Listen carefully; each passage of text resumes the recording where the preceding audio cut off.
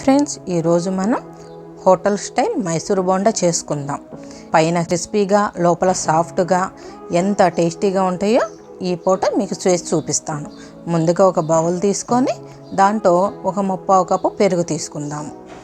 అది శుభ్రంగా చిలికి తీసుకోవాలి. అలాగే 2 కప్పుల మైదా తీసుకోండి. తరువాత 2 స్పూన్ల బియ్యపిండి, 1 స్పూన్ కార్న్ఫ్లోరు, కొద్దిగా తగినంత ఉప్పు, టేస్ట్కి తగినంత, 1/2 స్పూను జీలకర్ర, కొద్దిగా 1/2 స్పూన్లో పావు సోడా ఉప్పు. ఇది నైటే తడిపి పెట్టుకుంటే మనకి సోడా ఉప్పుతో పని ఉండదు. కానీ మనం అప్పటికప్పుడు చేసుకోవాలనుకుంటే మటుకు కొద్దిగా సోడా ఉప్పు పడాల్సిందే. ఇలా సాఫ్ట్గా మొత్తం కలిసేటట్టు ఉండలు లేకుండా చక్కగా పిండంతా కలిపేసుకోవాలి.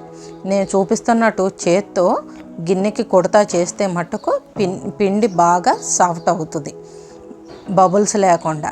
అయితే ఇప్పుడు మనం ఒక అరగంట పక్కన పెట్టుకుందాం. ఈలోపు మనం చట్నీ రెడీ చేసుకుందాం. 1 కప్పు పల్లీలు తీసుకొని వాటిని చక్కగా వేయించుకొని పక్కకు తీసేసుకుందాం. అవన్నీ పక్కకు తీసేసుకున్న తర్వాత ఇప్పుడు పచ్చిమిర్చి, ఒక 5-6 పచ్చిమిర్చి, లేదా మీరు ఎంత కారం తినగలుగుతారో అన్ని పచ్చిమిర్చి వేసుకొని మూత పెట్టుకోండి. లేదా ఈ చిటపట అని మన మీద పడతా ఉంటుంది అన్నమాట ఆయిల్.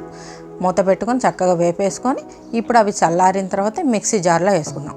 ఏ కప్పుతో అయితే శనగిత్తనాలు తీసుకున్నామో అదే కప్పుతో పుటానీ కూడా తీసుకొని 1/2 స్పూను జీలకర్ర, కొద్దిగా చింతపండు, 2 వెల్లుల్లి రెబ్బలు, కొద్దిగా మీ టేస్ట్కు తగ్గట్టుగా ఉప్పు వేసి చక్కగా గ్రైండ్ చేసేసుకుందాం. ఇప్పుడు ఈ చట్నీ కోసం మనం తాలింపు రెడీ చేసుకుందాం.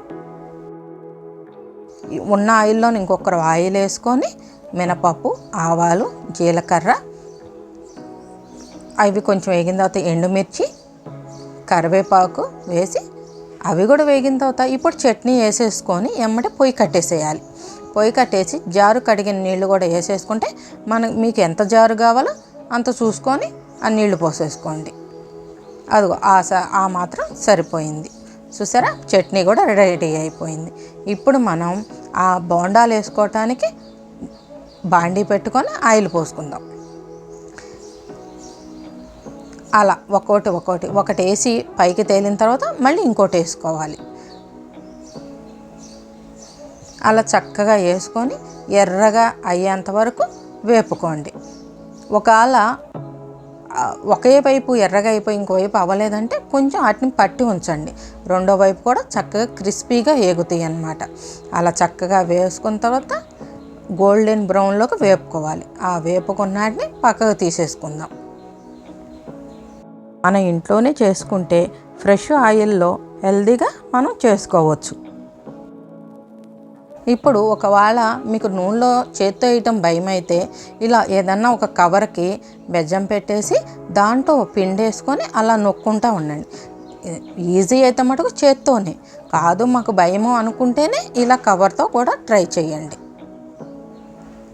ఇవి కూడా ఒకటి వేసిన తర్వాత అది పైకి వచ్చిన తర్వాత ఇంకోటి వేసుకోండి. లేకపోతే ఒకదానికి ఒకటి అతుక్కొని సరిగ్గా ఉడకవు. బాండీకి నిండుగా కూడా వేసుకోపాకండి, ఎందుకంటే అవి పొంగే గుణం ఉంటుంది కాబట్టి మనం కలపడానికి ఇబ్బందిగా ఉంటుంది. చూసారుగా మనం హోటల్ స్టైల్ మైసూర్ బోండా ఎలా తయారు చేసుకున్నామో చాలా ఈజీగా మీరు నేను చెప్పిన చిన్న టిప్స్తో ట్రై చేసి మీకు ఎలా వచ్చిందో నాకు కామెంట్ చేయండి. ఈ వీడియో మీకు నచ్చినట్టయితే లైక్ చేయండి, మీ ఫ్రెండ్స్ అండ్ ఫ్యామిలీకి షేర్ చేయండి. మరిన్ని వీడియోల కోసం మన ఛానల్ని సబ్స్క్రైబ్ చేయండి.